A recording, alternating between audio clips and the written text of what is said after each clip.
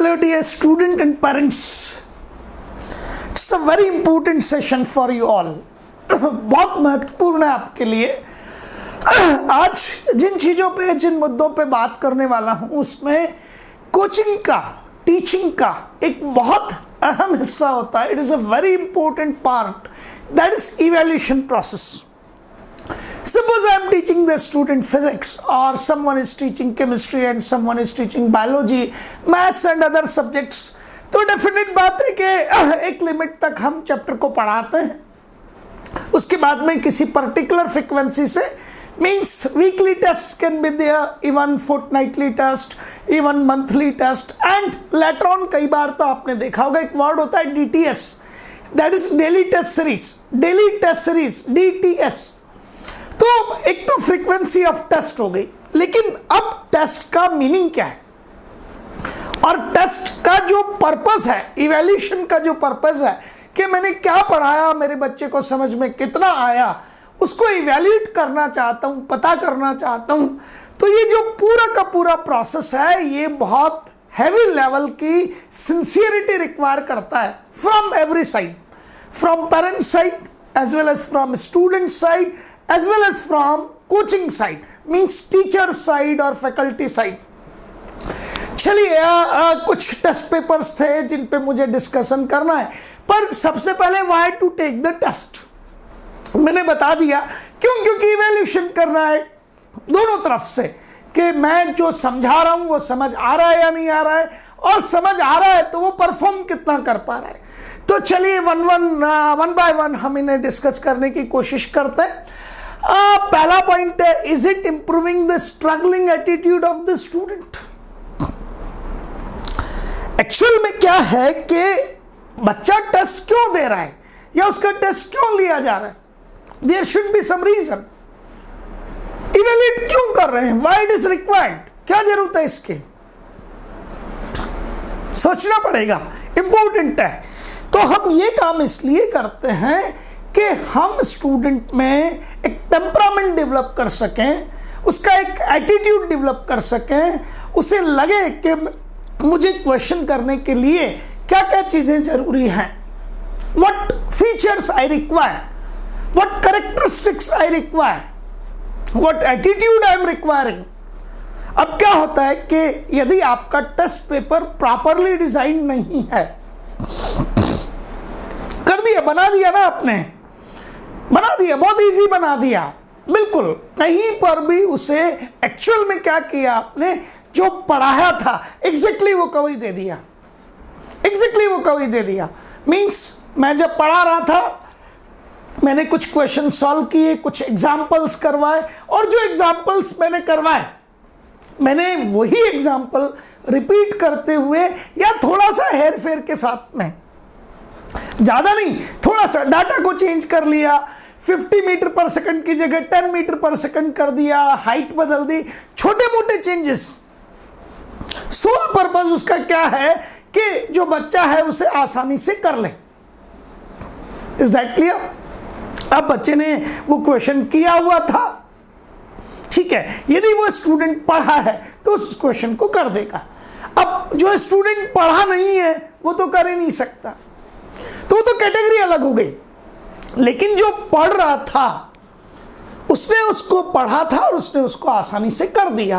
अब आप एक चीज मिस कर गए, बड़ी चीज मिस कर गए कि एग्जैक्टली ऐसा का ऐसा ही paper, because you are not framing the paper of your examination. Competitive level का या बोर्ड एग्जामिनेशन का कोई भी आपका एग्जामिनेशन पेपर टीचर फ्रेम नहीं कर रहा है, वो is teaching the student, someone else is framing. तो उसके पास तो कंप्लीट सब्जेक्ट है, उसमें से वैरायटी ऑफ द क्वेश्चंस है, टर्न्स है, ट्विस्ट है, तो वो तो आपको कई सारी इस तरह की प्रॉब्लम्स उठा के देगा विच आर अनसीन. अब आपकी आदत क्या हो गई है, आपकी आदत हो गई है कि जो मेरी देखी हुई प्रॉब्लम है I just want to solve it, और मैं कर भी ऐसा ही रहा हूं, मेरी प्रैक्टिस भी बिल्कुल ऐसी की ऐसी है. तो जैसे ही अनसीन क्वेश्चंस आते हैं, जैसे ही अनसीन प्रॉब्लम्स आती हैं, स्टूडेंट का जो एटीट्यूड है जिसमें स्ट्रगल होना चाहिए था, जो वो मिस कर रहा है, क्या मिस कर रहा है स्टूडेंट? Struggling attitude. क्यों? क्योंकि डेवलप नहीं हो पाया। डेवलप क्यों नहीं हो पाया? कि रूटीन टेस्ट में ऐसा हुआ ही नहीं। तो पहली चीज इंपॉर्टेंट ये है कि क्या आपका टेस्ट पेपर स्टूडेंट को सोचने पर मजबूर करता है, उसके थॉट प्रोसेस को बिगिन करवाता है। अरे यार ये क्या हो गया, ये तो थोड़ा सा अलग आ गया, कैसे दिमाग लगा सकता हूं? Is that clear? That part is known to be as application of the knowledge. और आज की तारीख में ये either you are giving the board examination और you are giving the competitive examination, दोनों जगह पर बहुत जरूरी है। डियर स्टूडेंट, सीबीएसई का पैटर्न रेगुलरली बदल रहा है। आपका जो बोर्ड पैटर्न है उस पर जो क्वेश्चंस आते हैं वो पैटर्न पूरा बदल चुका है। 2020 में जो क्वेश्चन आए थे, क्वेश्चन पेपर का पैटर्न था, उसमें कॉम्प्रिहेंशन बेस्ड क्वेश्चंस थे, उसमें फिल इन द ब्लैंक्स थे, उसमें ऑब्जेक्टिव क्वेश्चंस भी थे।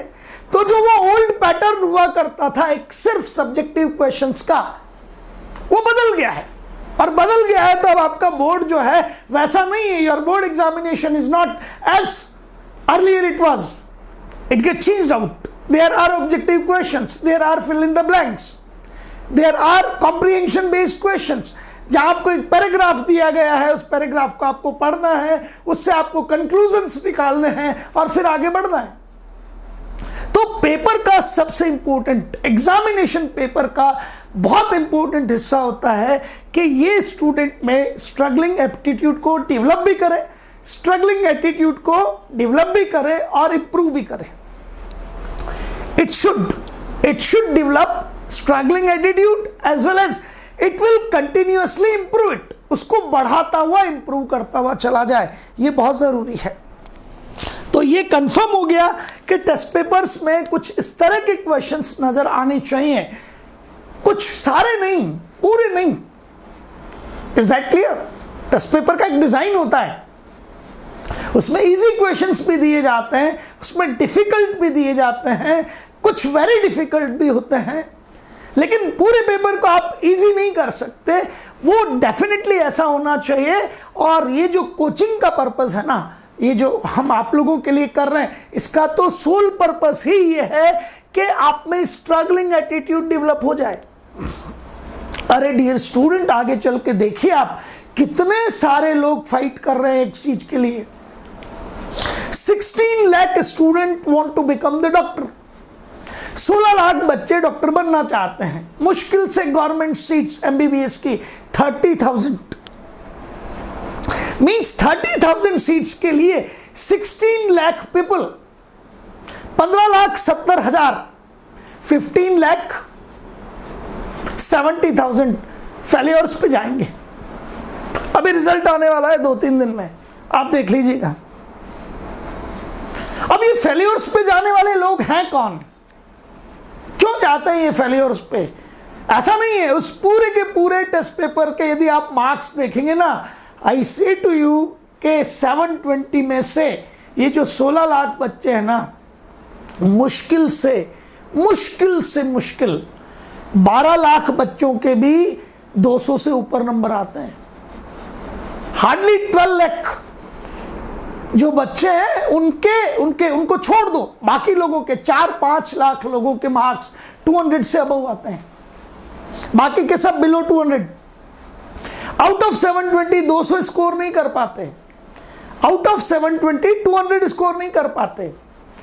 9 लाख लोग अभी जेईई मेंस दे के चुके हैं, उनका यदि आप मार्कशीट उठा के देख लो तो आउट ऑफ 300 नंबर में से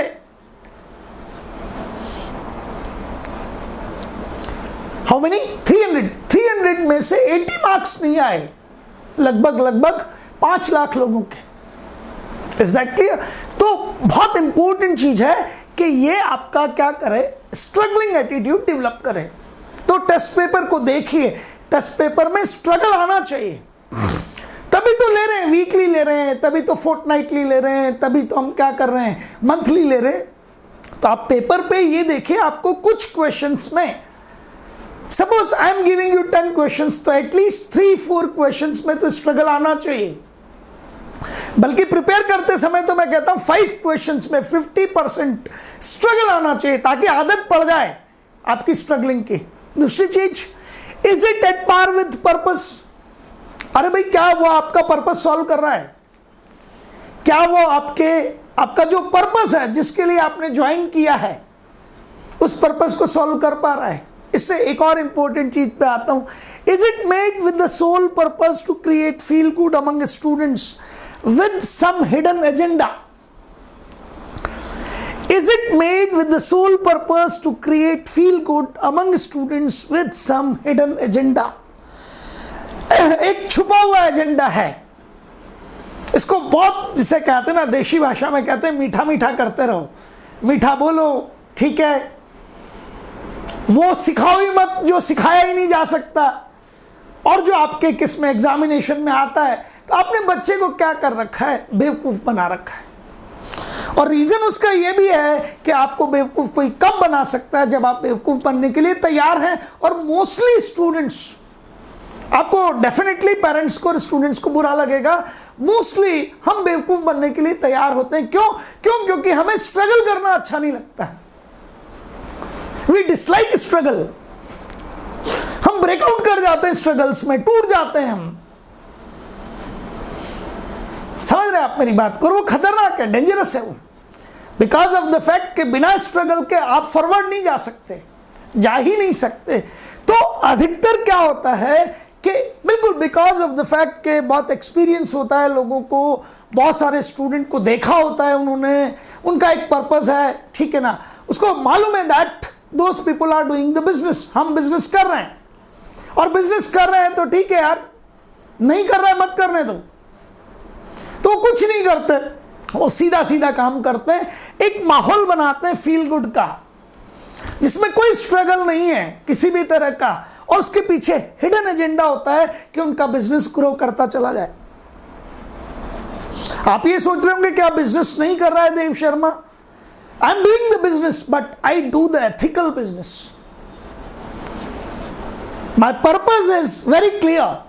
मेरा पर्पस बिल्कुल क्लियर है कि मैं कोई भी स्टोन अनटर्न नहीं रखूंगा अपने बच्चे की सक्सेस के लिए। Yes, I am charging. अरे भाई, पैसा लेके पढ़ा रहा हूं, ठीक है, ऑनलाइन पढ़ा पा रहे हैं अभी। बेसिकली तो ऑनलाइन में हम आपसे कम्युनिकेट ही बहुत, जिसे कह सकते हैं ना, वर्चुअल कम्युनिकेशन है, रियल कम्युनिकेशन तो है ही नहीं। पर एफर्ट छोड़ थोड़ी सकते हैं, एफर्ट तो करना ही है, और कर भी रहे हैं, ठीक है ना, बेहतरीन एफर्ट कर रहे हैं, शानदार पेपर्स बना के दे रहे हैं आपको, जहां कोई हिडन एजेंडा नहीं है, जो कहीं से कट कॉपी पेस्ट नहीं है, प्योर क्वेश्चंस हैं, जो आप में स्ट्रगलिंग एटीट्यूड डेवलप करते हैं। अभी प्रूव करके बताऊंगा मैं आपको, तो पता कर लीजिए। देखो डियर स्टूडेंट, आप वो नहीं चाह सकते जो आपको लगता है कि कैकवॉक हो, because either your board examination और योर कॉम्पिटिटिव एग्जामिनेशन और life, it is not a केकवॉक।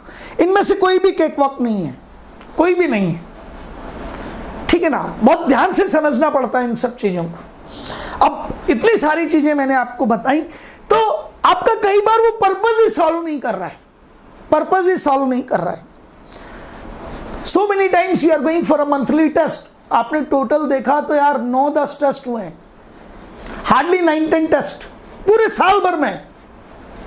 अब कहां तो बच्चे ने प्रैक्टिस की, कहां उसका स्ट्रगलिंग एटीट्यूड डेवलप हुआ, कहां उसका कॉपी चेक हुआ, कहां उसे फीडबैक मिला कॉपी पे।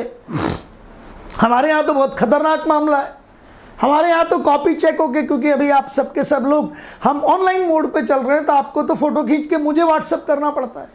और जब मुझे व्हाट्सअप करना पड़ता है बिकॉज मैं उसे देखता हूं, मैं उसे देख के कमेंट करता हूं, मैं उसे सारे के सारे फैकल्टीज को ट्रांसफर करता हूं, तो मुझे पता होता है कि आपका लेवल क्या चल रहा है, because I know all the subject perfectly, either it is physics और केमिस्ट्री और मैथमेटिक्स और biology, even it will be the SST, मुझे सब कुछ आता है।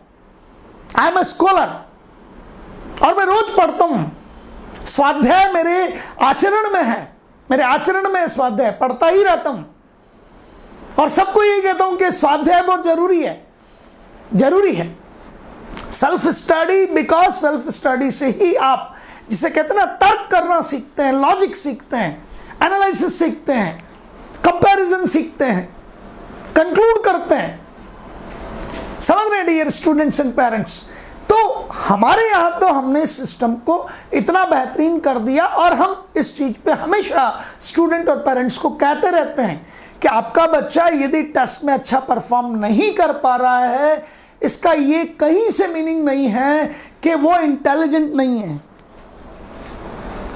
अरे भाई, परफॉर्मेंस के लिए तो आपको एट पार मेहनत करनी पड़ेगी ना। हो सकता है अभी आपको पता ही नहीं हो कि मेहनत कितनी की जाती है। हो सकता है आप किसी छोटे शहर से हो, आपके माहौल किसी और तरह का हो, बट ये सब चीजें सेकेंडरी हैं।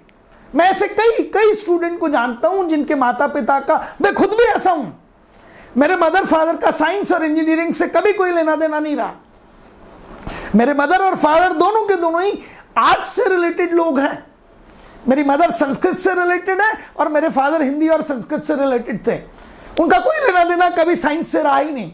लेकिन इसका ये मीनिंग नहीं होता, अरे ये तो सेल्फ है, मैं क्या करना चाहता हूं, मेरा ध्येय था, मुझे पता था मैं अच्छा इंजीनियर बनना चाहता हूं।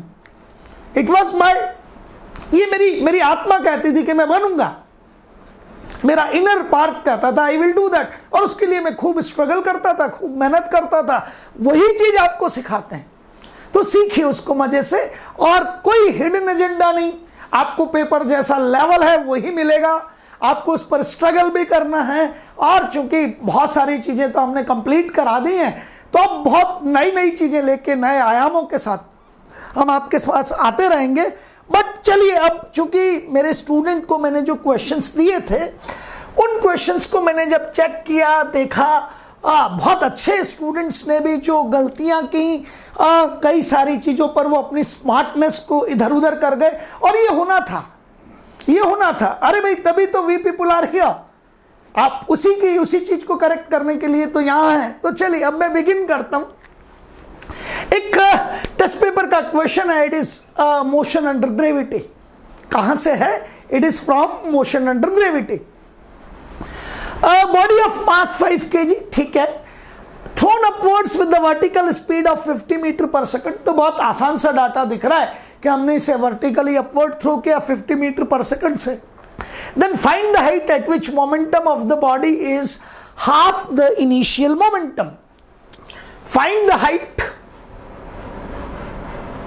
at which, number one part, find the height at which momentum of the body is half the initial momentum. और second part है इसी क्वेश्चन का, time after which momentum becomes zero. अभी मैं बात कर रहा था ना आपसे स्ट्रगलिंग एटीट्यूड की, वो बहुत इंपॉर्टेंट है, और वही उसी स्ट्रगलिंग एटीट्यूड को डेवलप करने के लिए ये क्वेश्चन है। अब मैंने जब स्टूडेंट के टेस्ट पेपर पे इसका सॉल्यूशन देखा, तो इट वॉज करेक्ट। ऐसा नहीं था कि वो गलत था, लेकिन लेंदी हो रहा था, अननेसेसरी की कैलकुलेशंस थी। अब टीचर का रोल यहां आता है, ठीक है ना, टीचर का बड़ा रोल है। अब ध्यान से देखिएगा कि इस तरह का क्वेश्चन मैंने इस तरह का एग्जैक्ट क्वेश्चन नहीं करवाया था, करवा देता। अभी जब मैं यहां सॉल्व कर दूंगा ना और फिर ये क्वेश्चन दूंगा, मुझे मतलब इतने मेरे सारे स्टूडेंट्स इतने डेंजरस हैं, इतने खतरनाक हैं, इतने जबरदस्त काम करने वाले लोग हैं कि मैं बता नहीं सकता आपको। तो अब यदि मैं एक बार सॉल्व कर दूंगा और फिर अगली बार ऐसा क्वेश्चन दे दूं, खा जाए वो, उसको मर्डर कर दें क्वेश्चन का। बट यदि ये क्वेश्चन मैं पहले करा के फिर इस क्वेश्चन को रिपीट कर देता तो मेरा टेस्ट पेपर डाइल्यूट हो जाता। अब उन्होंने अपना मन पूरा का पूरा लगाया, उनका जैसा दिमाग चला वैसे सॉल्व किया, फिर मैंने उसको चेक किया, फिर पता लगा कहाँ डिफरेंसेस आ रहे हैं, तब जाके आपके लिए ये सॉल्यूशन लेके आया, और लेके आते रहेंगे लगातार। अब अभी तो अक्टूबर शुरू हो गया, और अक्टूबर है, नवंबर है, दिसंबर है, एक एक दिन में पता नहीं कितने बड़े बड़े काम हो जाते हैं, है ना। चलिए, ऐसा ही सिस्टम में आपके टाइम का यूनिट तो सेकंड है, तो एक एक सेकंड भी बहुत इंपॉर्टेंट है। तो पहली चीज तो जब आप इस क्वेश्चन को सॉल्व करेंगे, ये बहुत इजी क्वेश्चन है, लेकिन ये बहुत जिसे कहते हैं ना स्मार्ट क्वेश्चन है।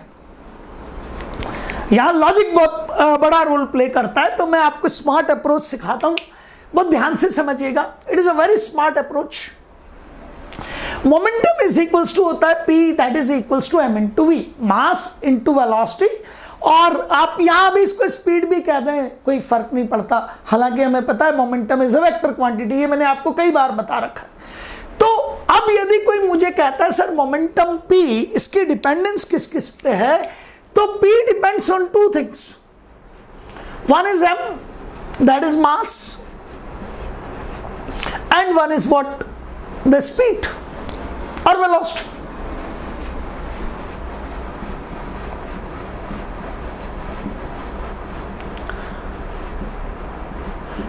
एग्जामिनर्स ब्रेन को ट्रैक करना पड़ेगा आपको।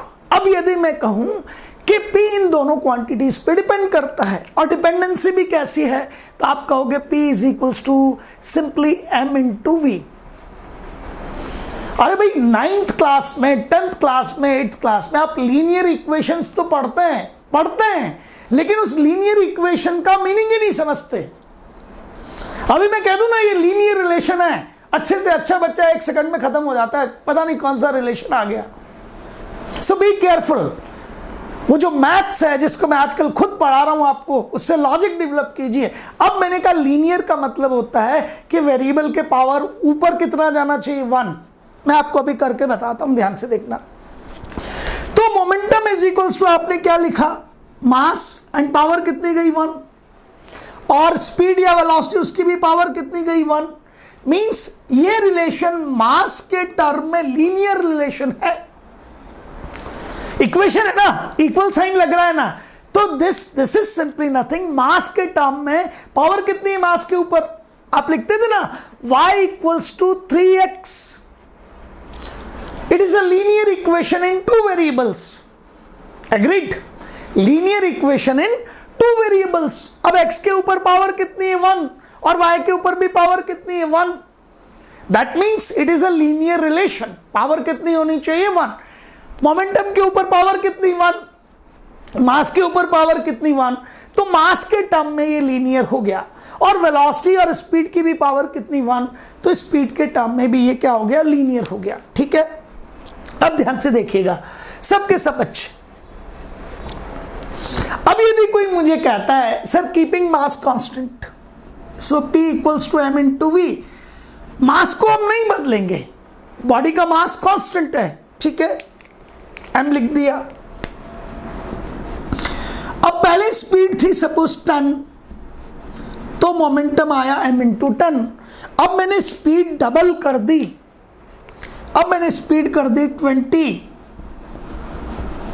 मैंने स्पीड हाफ कर दी, मैंने स्पीड 3 टाइम्स कर दी। देखते चलिए, तो पहले मोमेंटम था 10m, अब आपने स्पीड को डबल किया तो देखो आपका मोमेंटम कितना हो गया 20m।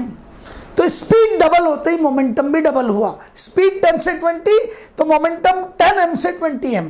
स्पीड को आपने हाफ किया, 10 से 5 कर दिया, अब आपका मोमेंटम कितना हो गया 5m। पहले कितना था 10m, स्पीड कितनी थी 10, अब आपने स्पीड को हाफ किया तो मोमेंटम कितना रह गया 5m। मींस जब मोमेंटम आपका, आपने स्पीड को हाफ किया तो मोमेंटम भी हाफ हो गया। स्पीड को आपने 3 टाइम्स किया, ठीक है, 10 से 30 किया, तो आप मुझे कहोगे कि मोमेंटम कितना हो जाएगा आपका 30। मींस मास कांस्टेंट है, मास यदि वेरिएबल नहीं है, मास चेंज नहीं हो रहा, तो स्पीड जितने गुना होगी, लीनियर रिलेशन है, इज दैट क्लियर, स्पीड जितने गुना होगी उतने ही गुना मोमेंटम हो जाएगा। तो अब कुछ बच्चों ने क्या किया, इस मास का जो वैल्यू था, मास कितना दिया था मैंने आपको, that is simply going to be as 5 kg, m is equals to 5 kg। अब उन्होंने मोमेंटम निकालने की कोशिश की, पर यदि आप इस प्रॉपर सॉल्यूशन को समझोगे तो जरूरत नहीं पड़ेगी। मैंने कहा P इक्वल्स टू mv। अब आपका क्वेश्चन कहता है, ध्यान से देखिएगा, height at which momentum of the body is half the initial momentum. तो मोमेंटम P कितना हो गया, PI, P subscript I, P subscript I का मतलब इनिशियल और P का मतलब मोमेंटम। मींस मोमेंटम कितना रह गया, half of the initial momentum. Momentum is half of the initial momentum. ठीक है, suppose let the speed is v, तो p is equals to m into v। अच्छा, जब आपने थ्रो किया था तो initial speed, motion from a to b, जब आपने थ्रो किया था तो इनिशियल स्पीड कितनी थी u, तो आपने कहा half initial momentum pi is equals to, initial momentum pi is equals to m into initial velocity, that will be u। और b पे हमारी स्पीड कितनी हो गई, सपोज b पे हमारी स्पीड हो गई v, तो मोमेंटम कितना हो जाएगा, m इंटू v। m से m कैंसिल, तो आपका आपने देखा यहां पे कि सर आपका मोमेंटम हाफ हुआ, momentum is half of initial momentum, तो speed is half of the initial speed. गौर कर लीजिए, समझ गए आप? भाई मेरा मोमेंटम हाफ हो रहा है, तो मोमेंटम कितना था, m into you initial momentum, अब कितना रह गया, ये half of initial momentum. Suppose उस समय स्पीड v है, मास तो m ही है, m से m कैंसिल हो गया, तो जब मोमेंटम हाफ हो गया उस समय स्पीड कितनी है, u/2, तो v इक्वल्स टू कितना आ गया आपका, u/2। अच्छा, यहां मोमेंटम निकालते हैं, pi is equals to m into u. अच्छा, यहां मोमेंटम निकालते हैं, p is equals to, red colour से निकाल देता हूं, p is equals to m into v, that is m into u/2, and it is mu की जगह pi लिख दीजिए, तो it is pi/2, means momentum initial momentum का आधा हो गया। बिल्कुल करेक्ट है। ठीक है, ये जब चीज समझ आई तो बच्चे ने मुझे कहा सर इसका मीनिंग निकला कि हम a से लेकर b पर पहुंचे हैं, and let the height is h, let the height is h, यहां से यहां तक का हाइट h है। इस हाइट पर जाकर यहां मोमेंटम कितना था, pi, और यहां मोमेंटम है p, and it will be half of pi। And conclusion ये निकला कि इस जगह पर फाइनल स्पीड इनिशियल स्पीड की हाफ है। एग्रीड? ये समझा आपने? अब जब आप अटैक करोगे क्वेश्चन पे तो आप पहले से रेडी हो, दैट्स प्रिपरेशन। क्लियर हो गया? तो आप दिमाग में बैठा, अच्छा कुछ नहीं करना है, अब मल्टीप्लाई नहीं करना था, क्यों? क्योंकि मास से क्या हो गया, मास कैंसिल हो गया। अब आपने थर्ड इक्वेशन ऑफ मोशन लगा दिया, let at the height of h, point B पर हमारा मोमेंटम हाफ हो गया, स्पीड हाफ हो गई। ठीक है, v square is equals to u square plus 2s, upward motion है, सबको सारे साइन कन्वेंशन मालूम है। यहां स्पीड कितनी, u/2, और किधर जा रहे हैं, ऊपर की तरफ, इधर भी ऊपर की तरफ, अपवर्ड। सारा क्या लोगे, नेगेटिव, तो v इज इक्वल्स टू क्या लिखेंगे, u का साइन भी नेगेटिव, और v जो है वो आपका minus u/2 with negative sign. Known quantity है, it is a known quantity. So v की जगह minus u/2, square of it is minus u का whole square, and 2a will be acceleration plus g, और height is h। और मुझे पता है कि अपवर्ड का है तो h का साइन नेगेटिव आना चाहिए, और नेगेटिव साइन ये बताएगा that we are going upward, displacement upward है। So it is u square by 4 is equals to u square plus 2gh, 2gh is equals to, इधर ले आइए, माइनस 3u स्क्वायर बाय 4, और h का जो value आया आपके पास में, that h will be equals to 3u square upon 8g, 3u square upon 8g। Is that clear? ये वैल्यू आया आपके पास। अब ये h निकालना है, क्योंकि ये माइनस साइन क्या था आपका, जल्दी से बताओ। ये जो यहाँ पे वैल्यू निकाली आपने, h इज इक्वल्स टू, एक बार यहां बता देते हैं, h is equals to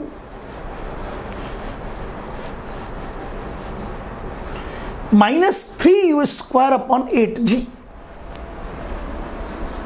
negative क्या कह रहा है कि अपवर्ड है ना, तो h की वैल्यू, ये नेगेटिव क्या कहेंगे, यूं लिख सकते हैं इसको, 3u square by 8g upward.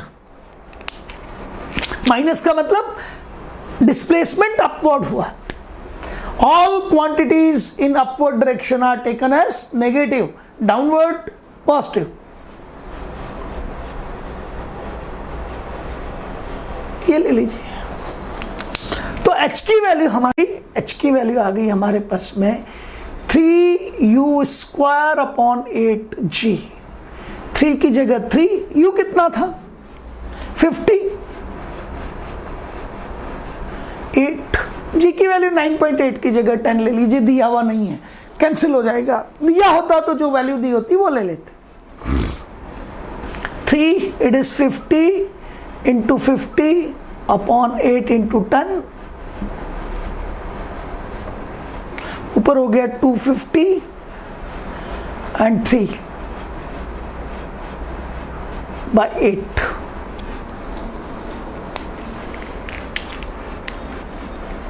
Cancel कर दो, 2 times 4,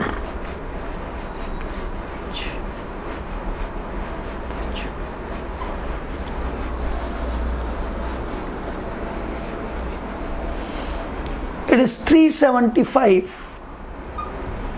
divided by 4 meters।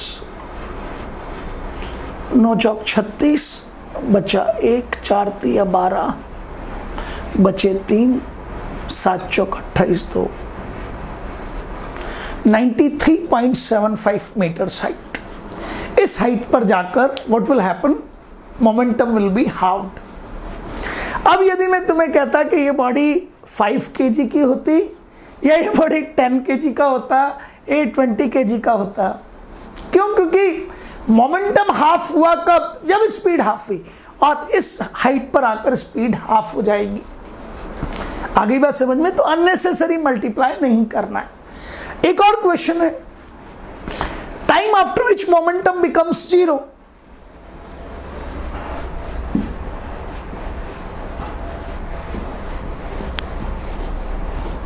Highest point पर पहुंच जाओ,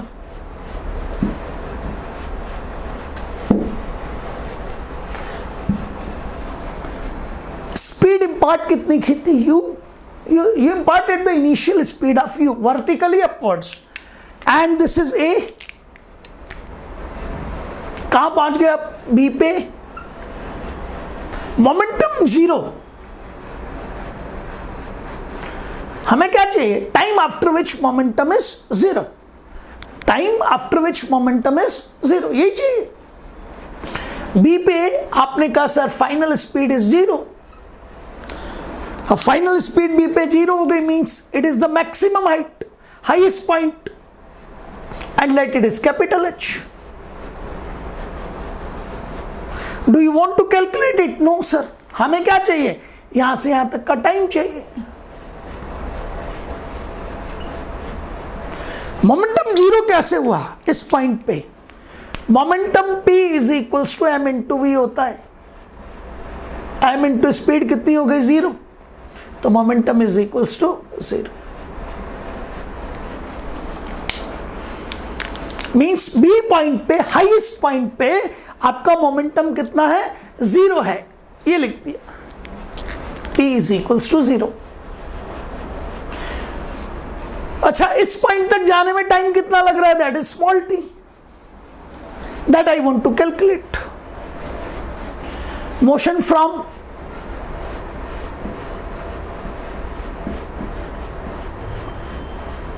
A टू B, B पे मोमेंटम कितना? 0। Time after which momentum becomes 0, यहां चले थे तब मोमेंटम कितना था? P is equals to mu। ऊपर जाते गए स्पीड कम होता गया, और स्पीड कम हुआ तो मोमेंटम कम हो गया, और जब स्पीड 0 हो गया तो मोमेंटम 0 हो गया, तो यहां आके मोमेंटम 0 हो गया, और यहां से यहां तक आने का टाइम कितना है? t, और वो टाइम मुझे कैलकुलेट करना है। ठीक है, तो motion from A to B, initial velocity I oblique V, I oblique V का मतलब इनिशियल वेलोसिटी कहां पे? At A, it is u। ठीक है, कितनी है? 50, सो 50 माइनस, चलो आगे। Final velocity at B, F oblique V, final velocity at B, it is 0। 0 के आगे साइन की जरूरत नहीं है, चाहे पॉजिटिव लो या नेगेटिव लो, फर्क नहीं पड़ता। टाइम निकालना है, time taken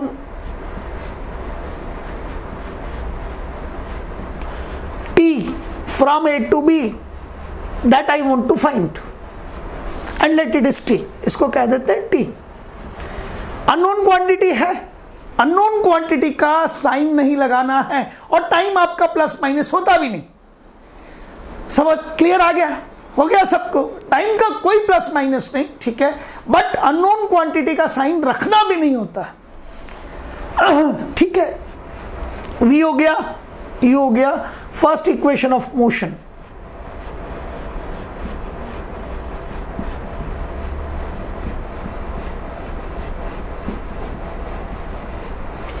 v equals to u plus A T. Simple, मतलब बहुत आसान हो गया। फाइनल वेलोसिटी स्पीड कितनी, वेलोसिटी है स्पीड 0, इनिशियल कितनी -50, क्यों ली, अपवर्ड है। एक्सेलरेशन कितना, प्लस g 10 रखेंगे। टाइम निकालना है t, so t is equals to simply 50 divided by g,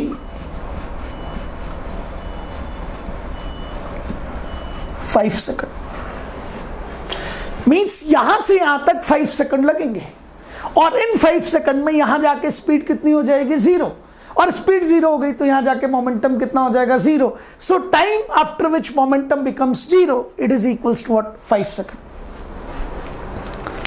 अब यदि मैं इस क्वेश्चन को सिंपल देता आपको, कोई मोमेंटम नहीं, आपको कहता है body is thrown with the speed of 50 metre per second, find the time to reach the maximum height, find the time to reach the maximum height. आप कर देते हैं इसको, वैसे तो इसको भी किया आपने, बट साधारण बच्चा भी फिर कर देता है, लेकिन फिर स्ट्रगलिंग एटीट्यूड नहीं आता, फिर क्वालिटी ऑफ टेस्ट पेपर अच्छी नहीं की जा सकती, फिर वो काम चलाऊ है, फिर वो बेवकूफ बनाने का बिजनेस है।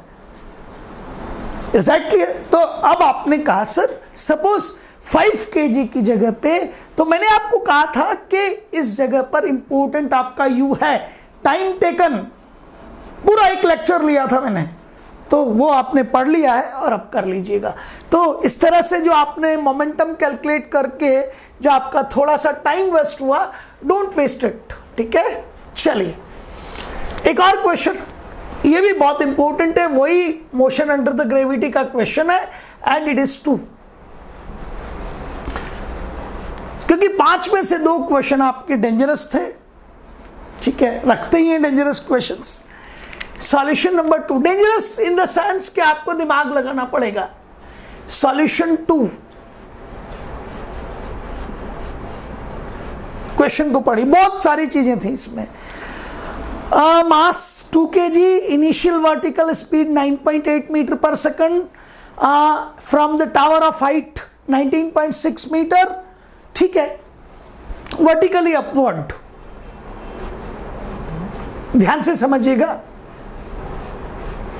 बी वेरी केयरफुल, ये बहुत इंपॉर्टेंट क्वेश्चन है। This is a tower and this tower is of the height of 19.6 metre.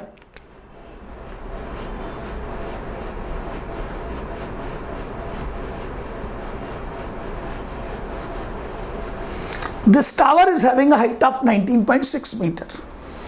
यहां से एक बॉडी जिसका मास कितना है, mass is 2 kg, body of mass 2 kg, it will be thrown with a vertical speed of u 9.8 meter per second। सो ये problem का formulation हो गया। अब आपने प्रॉब्लम को फॉर्म कर लिया कि एक टावर है, उस टावर की हाइट 19.6 मीटर है और इस टावर से अब मैं क्या कर रहा हूं, I am throwing a ball vertically upward with the speed of 9.8 metre per second. मैं आपको बता सकता हूं होगा क्या, यू कॉल दिस पॉइंट, ये वाला पॉइंट ए कह दीजिए। So this mass will go from A to B, it will reach to the maximum height and then it will come back from A to B and it will hit the ground, and it will hit the ground at C। like this. So how the motion is taking place? From A to B and then B to C, and at the highest point the speed of the particle is 0. तो इस point पे यदि मैं कहूंगा तो आप कहोगे कि sir speed will be equals to 0 and momentum P is equals to speed at B. इधर देखिएगा, speed at B VB is equals to 0. पक्का सब्सक्रिप्ट लगा दिया मैंने, अपलिफ्ट कर दिया आप लोगों को, कोई डर नहीं. अब इसको उठा के कह देंगे VC, V सब्सक्रिप्ट C. यहां उठा के कह सकते थे V subscript A, speed at A, speed at B, speed at C. Very good.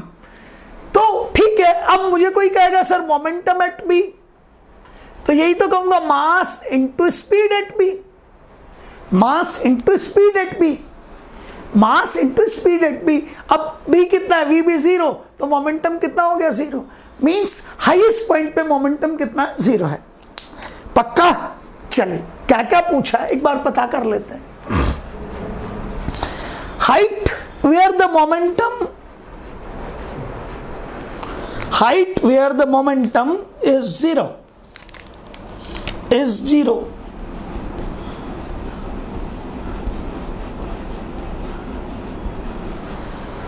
B very careful. जब तक height where the momentum is 0, ठीक है, यहां बहुत इंपॉर्टेंट चीज ये है कि जब तक मेंशन ना करे तब तक सारी हाइट्स कहां से मेजर होंगी? ग्राउंड से. कई बार कह देता है from the top of the tower, find the height from the top of the tower. तो फिर मुझे हाइट कहां से मेजर करनी है? टॉप ऑफ द टावर से. दो चीजें सिखाई है मैंने आपको, बी वेरी केयरफुल. इसने कहा सिर्फ height where the momentum is 0, तो सिर्फ हाइट कह रखा है. तो जब भी कुछ ना बोले, nothing is said, that time you will measure the height from ground. लेकिन मेंशन ही कर दे यार, कह दे उठा के that height from the top of the tower where momentum is 0, तो फिर मैं हाइट यहां से मेजर करूंगा. ठीक है, चलो क्या पूछा है? ये तो 19.6 है से यहां से यहां तक. तो अब यहां ले लेते हैं motion from A to B.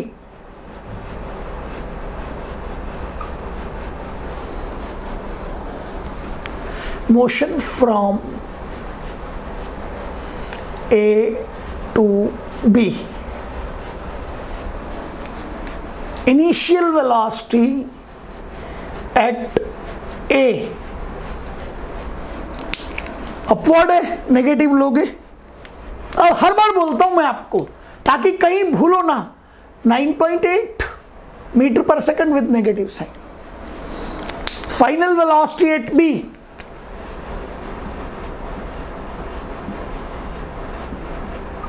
0.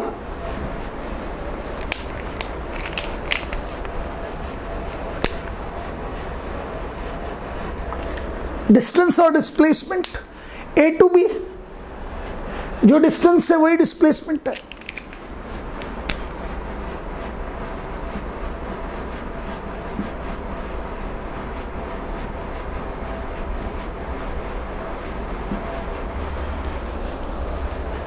Let it is capital H.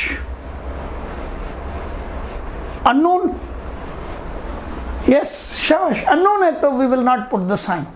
unknown है तो हम साइन पुट अप नहीं करेंगे. It is unknown, so we will not put the sign. Agreed? चलिए, थर्ड इक्वेशन ऑफ मोशन.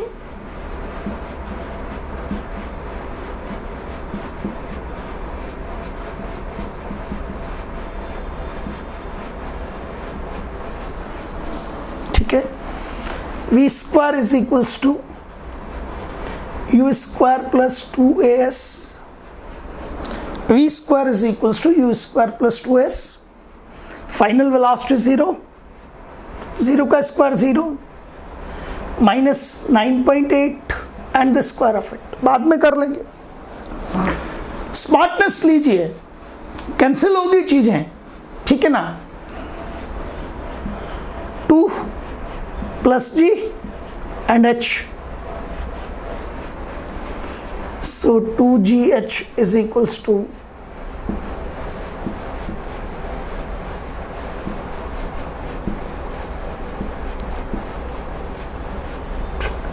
अब अपने आप जी का वैल्यू 9.8 ले लीजिए,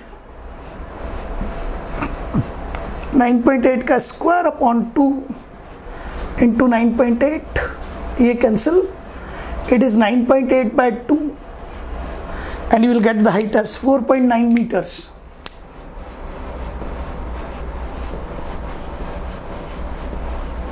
और पहला ऑप्शन आपको 4.9 मीटर मिलेगा और आप उस 4.9 मीटर को टिक करोगे। ये तो सब्जेक्टिव पेपर था, ऑब्जेक्टिव होता तो पहला ऑप्शन ये मिलता और आप इसे टिक कर देते, सर यही आया था। अरे ये तो कहां से है, ये तो ए बी है, हाइट तो ये हुई ना, क्योंकि हाइट सिर्फ हाइट कह रखा है तो कहां से मेजर करेंगे, ग्राउंड से। तो ये तो हो गया 19.6 और ये हो गया आपका 4.9, ऐड कर दीजिए टोटल 19.6 और 4.9। देखो बेटा ये कैलकुलेशन तुम करते नहीं हो, छोड़ देते हो, हाँ कर लेंगे। अब मैं रग रग तक घुसावा हूं बच्चे के, डीएनए तक पता है मुझे, छोड़ दिया। नोट 6-15 करना नहीं आता, वहां धीरे धीरे करते रहते हैं फिर। सो इट इज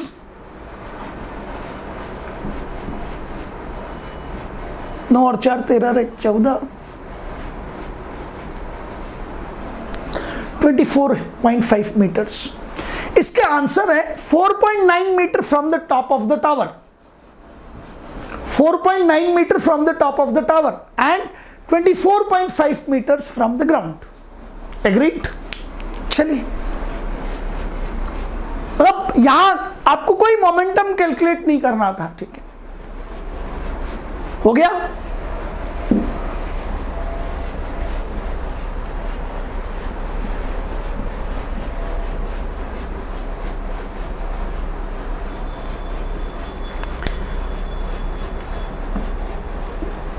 चलिए एक और क्वेश्चन है इसी में, मैक्सिमम मोमेंटम, मैक्सिमम मोमेंटम बहुत इंपॉर्टेंट है, बहुत important, highly important, very very important. Maximum momentum, agreed, A to B speed is decreasing, momentum is decreasing, speed is 0, momentum is 0, from A to B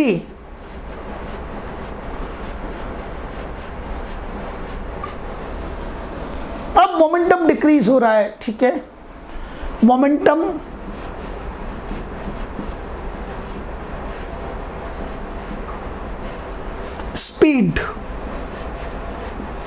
speed भी decrease हो रही है और momentum भी decrease हो रहा है। From B to C,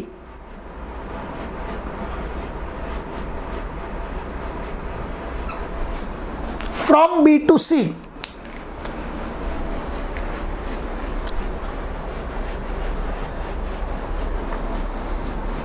accelerate हो रहे हैं, नीचे आ रहे हैं, अर्थ इज अट्रैक्टिंग, स्पीड बढ़ रही है, u स्क्वायर प्लस 2, यही तो करोगे ना, v square is equals to u square plus 2as, नीचे आ रहे हैं तो u भी पॉजिटिव, उसका स्क्वायर भी पॉजिटिव, नीचे आ रहे हैं तो g positive, s positive, u square positive, तो ये पूरी क्वांटिटी भी पॉजिटिव और ये पूरी क्वांटिटी भी पॉजिटिव। तो आपको पता है सब लोगों को कि if you are coming downwards, speed momentum increases, you are going upwards, speed momentum kinetic energy. अब नेक्स्ट हो सकता है टेस्ट पे मैं मोमेंटम की बात ही ना करूं, सारा खेल काइनेटिक एनर्जी से ले लूं। अरे भाई तो kinetic energy half mv square है ना, वहां पे भी यदि मास कांस्टेंट होगा, लेकिन kinetic energy half mv square में काइनेटिक एनर्जी का रिलेशन स्पीड के साथ लीनियर नहीं है। K E kinetic energy half mv square, v की पावर 1 नहीं है, v की पावर 2 है, तो काइनेटिक एनर्जी का स्पीड के साथ वेरिएशन या रिलेशन लीनियर नहीं है, नॉन लीनियर है। छोटा सा क्वेश्चन है, नहीं होता। अब बैठे रहो, आप बात करते रहो बेवकूफ की तरह। अरे यार, लीनियर कब पढ़ लेते आप? क्लास 8th में, क्लास 8th के दौरान लीनियर इक्वेशन पढ़ लेते हो। अब बच्चा 9th में 10th में बैठा हुआ रो रहा है, बेवकूफ बन रहा है, गधे की तरह बैठा हुआ है, बिल्कुल पता ही नहीं पड़ रहा उसे कि लीनियर क्या होता है, मुंह देख रहा है टीचर का। जब यहाँ 11th में आता है ना कोटा में, और टीचर कहता है लीनियर रिलेशन, तो वो यूं देखता रहता है पागल की तरह, कौन सी दुनिया में आ गया मैं। इसका मतलब आपने 8th ढंग से नहीं पढ़ा यार, 8th का मैथमेटिक्स का बैंड बजा रखा है आपने, आपको लीनियर इक्वेशन ही पता नहीं है, लीनियर का मीनिंग पता नहीं पड़ पाया आपको। तो उन सब जगहों पे हमें क्या करना, सुधारना होगा। बस अपनी कमियां देखनी पड़ती हैं और कमियों को स्वीकार करना पड़ता है, सहर्ष स्वीकार करना पड़ता है मुस्कुराते हुए। हाँ यार, ये मेरी कमजोरी है, बिल्कुल है, ठीक कर दूंगा, अभी पॉजिटिव कर देता हूं ना सर, क्या हो गया, अभी चलो बैठ जाता हूं पढ़ने, और आप बता दीजिए, आप इधर कमाल कीजिए, मैं इधर कमाल कर रहा हूं, ठीक है ना। तो काइनेटिक एनर्जी का रिलेशन नॉन लीनियर है। और आपने कहा if you are going upwards, जब ऊपर की तरफ जाते हैं तो स्पीड कम होता है, मोमेंटम कम होता है, काइनेटिक एनर्जी कम होता है, और जब नीचे की तरफ आते हैं तो स्पीड बढ़ता है, मोमेंटम बढ़ता है, काइनेटिक एनर्जी बढ़ता है। तो B to C speed increases, momentum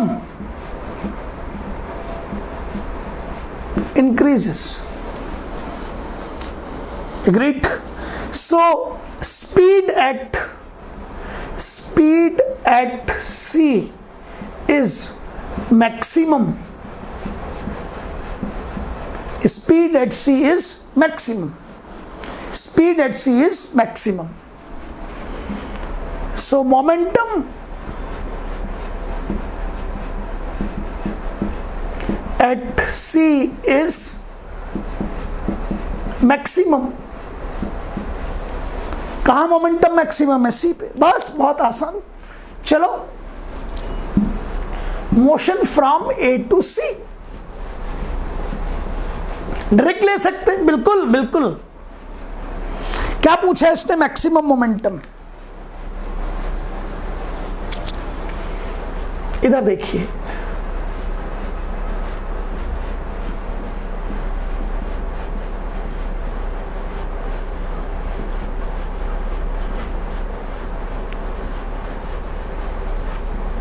maximum momentum P max,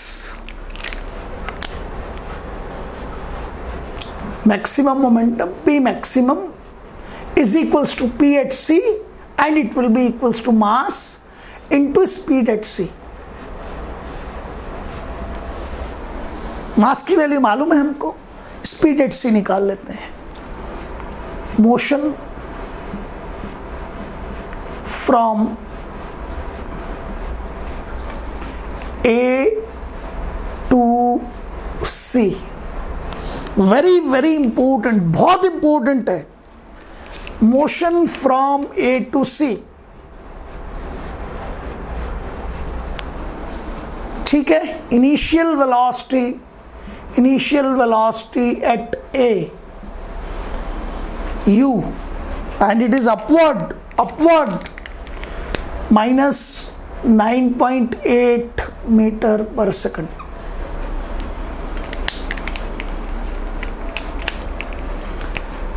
Final velocity at C, V subscript C, unknown. A to C displacement लीजिए, displacement, distance is equals to displacement नहीं होगा। Distance तो कितनी है? A to B and then B to C. So distance is AB plus BC. ये distance है। Agreed? आ गई बात समझ में? डिस्प्लेसमेंट कितना है? AC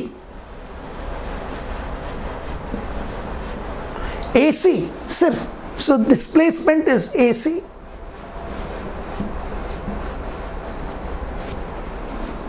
मैंने आपको बता रखा है कि जब भी distance is not equals to displacement है तो इक्वेशन ऑफ मोशन में either it is s is equals to ut plus half at square और v square is equals to u square plus 2s। Listen carefully, बहुत ध्यान से सुन ले। S is equals to, यहां लिख रहा हूं, S is equals to ut plus half AT square, या V square is equals to U square plus 2AS। ये S आपका डिस्प्लेसमेंट ही है, और यदि डिस्प्लेसमेंट डिस्टेंस के इक्वल है तब तो कोई फर्क ही नहीं पड़ रहा। यदि डिस्प्लेसमेंट और डिस्टेंस इक्वल है तब तो आप इसे डिस्टेंस बोलो डिस्प्लेसमेंट बोलो, कोई फर्क नहीं पड़ रहा। और हर बार जहां डिस्टेंस और डिस्प्लेसमेंट सिमिलर होते हैं मैं बोलता हूं आपको डिस्टेंस ऑब्लिक डिस्प्लेसमेंट, लेकिन जहां डिस्टेंस डिस्प्लेसमेंट के इक्वल नहीं है, जहां डिस्टेंस डिस्प्लेसमेंट के इक्वल नहीं है वहां एस डिस्प्लेसमेंट है। रिपीट करो मेरे साथ, जहां डिस्टेंस और डिस्प्लेसमेंट इक्वल है वहां तो इस एस को डिस्प्लेसमेंट कहोगे और अपने आप ही वो डिस्टेंस हो गया क्योंकि इक्वल है। लेकिन जहां डिस्टेंस और डिस्प्लेसमेंट अनइक्वल है, इक्वल नहीं है, वहां ये एस कौन है? वहां ये एस डेफिनेटली सिर्फ और सिर्फ डिस्प्लेसमेंट है। ठीक है, तो डिस्प्लेसमेंट आपका कितना हो गया? AC डाउनवर्ड आ रहे हैं, और कितना था वो? 19.6, और डाउनवर्ड है इसलिए पॉजिटिव लेंगे।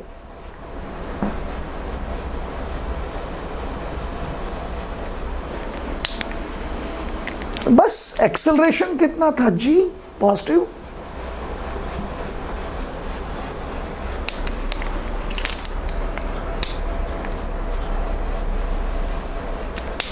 ठीक है, लगा दीजिए। कौन सा मोशन लगाएंगे? Third equation of motion.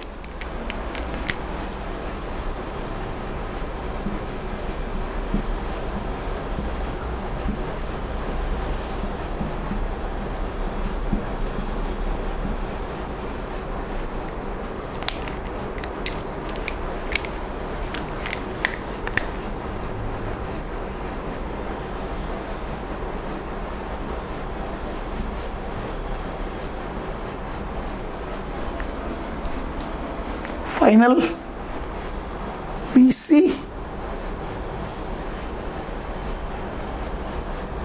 Minus 9.8 square plus 2, जी की वैल्यू को प्लस 9.8 कर दीजिए, 9.8 एंड प्लस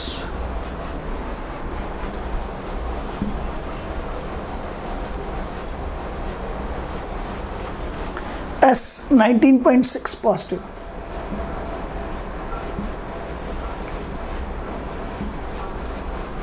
तो इट इज 9.8 का स्क्वायर प्लस 2 इंटू 9.8, और 19.6 को भी आप क्या लिख सकते हैं? 2 इंटू 9.8 लिख सकते हैं। पहाड़ इसीलिए इंपॉर्टेंट है। 9.8 इंटू 2, 9 दूनी 18, और 8 का 1.6 19.6, तो आप इसे 2 इंटू 9.8 लिख सकते हैं। तो ये हो गया 9.8 का होल स्क्वायर प्लस ये 2 का स्क्वायर इंटू 9.8 का, ये हो जाएगा आपके पास 9.8 का स्क्वायर प्लस 4 इंटू 9.8 का स्क्वायर। बहुत आसान है, 9.8 का स्क्वायर कॉमन ले लीजिए, अंदर बचेगा 1 प्लस 4, तो ये आ जाएगा 9.8 का स्क्वायर इंटू 5, ये VC का स्क्वायर आ गया। So VC is equals to positive आया नहीं था अपने आप, रूट ले लेंगे, तो 9.8 इंटू √5। मोमेंटम ये कितना हो गया आपका? मास 2 इंटू वैल्यू कितनी आ गई? 9.8 √5, 19.6 √5 यूनिट। अब हकीकत बताता हूं डियर स्टूडेंट्स आपको, कई जगह पर 8th और 9th क्लास की NCERT में एसआई सिस्टम वर्ड यूज किया हुआ है, जबकि एसआई सिस्टम पहली बार 11th में पढ़ाया जाता है। बट क्रेडिजी कोटा पे मैंने आप सब लोगों को 9th क्लास में एसआई सिस्टम पूरा पढ़ा दिया, पूरा up to the level of 12th pass. 9th class में up to the level of 12th pass तक का एसआई सिस्टम पूरा पढ़ा दिया आपको। वहां वो लिख तो देते हैं एनसीईआरटी वाले एसआई सिस्टम, पर वो बच्चा भी मरता रहता है और बेचारा टीचर भी मरता रहता है। और जो वाकई में टीचर है ना, वो तो कहता है चल आगे बढ़ यार, काय का ऐसा ही सिस्टम, तेरा भी दिमाग खुला हुआ, मेरा भी दिमाग खुला हुआ है, तू भी सत्यवान है, मैं भी सत्यवान हूं, चल बढ़, बहुत छोटी सी चीजें हैं। तो मोमेंटम का यूनिट ऐसा ही सिस्टम में आएगा आपका केजी, बहुत करवाया मैंने आपको metre per second. So it is 19.6 √5 kg into metre per second. तो ये दो ही क्वेश्चन ऐसे थे जिनमें थोड़ा सा इधर उधर था, लेकिन इस तरह के क्वेश्चंस के लिए आप सब लोग तैयार रहिए। मुझे पता है बहुत अच्छा पढ़ रहे हैं, और मैं जानता हूं मैं बहुत जिद्दी आदमी हूं, बहुत जिद्दी। मुझे जिससे जो काम करवाना होता है ना, और उसके लक्ष्य तक पहुंचाना होता है, सफल करना होता है। आप अपने लक्ष्य से भले भटकते रहें, बट मैं अपने लक्ष्य से कभी नहीं भटकता, न कभी भी, किसी भी हालत में, किसी भी विपरीत परिस्थिति में निराश नहीं होना चाहिए। निराशा जो है ना, वो असफलता की पहली सीढ़ी है। यार करो ना, एक क्वेश्चन नहीं हुआ कोई बात नहीं ना, हम तो 10 क्वेश्चन नहीं होंगे तब भी नहीं घबरा सकते। अरे पता लगा 11 से लेकर 50 तक सब तेरा इंतजार कर रहे थे, सब ठीक कर सकता था तू, और 50 में से 40 क्वेश्चन ठीक करके टॉप कर जाता तू, बेवकूफ बन गया तूने। 6th 7th क्वेश्चन पे ही अपनी मंजिल को छोड़ दिया। So don't try to be fool. Good.